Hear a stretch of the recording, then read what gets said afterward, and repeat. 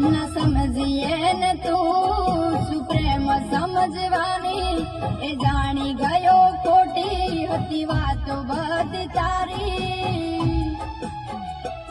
જેને ચાયા એ આમ છોડી જાય પછી જીવવાનું મને ક્યાંથી થાય અમિત સાચું કે તને નથી ગમતું એને નથી ગમતું એને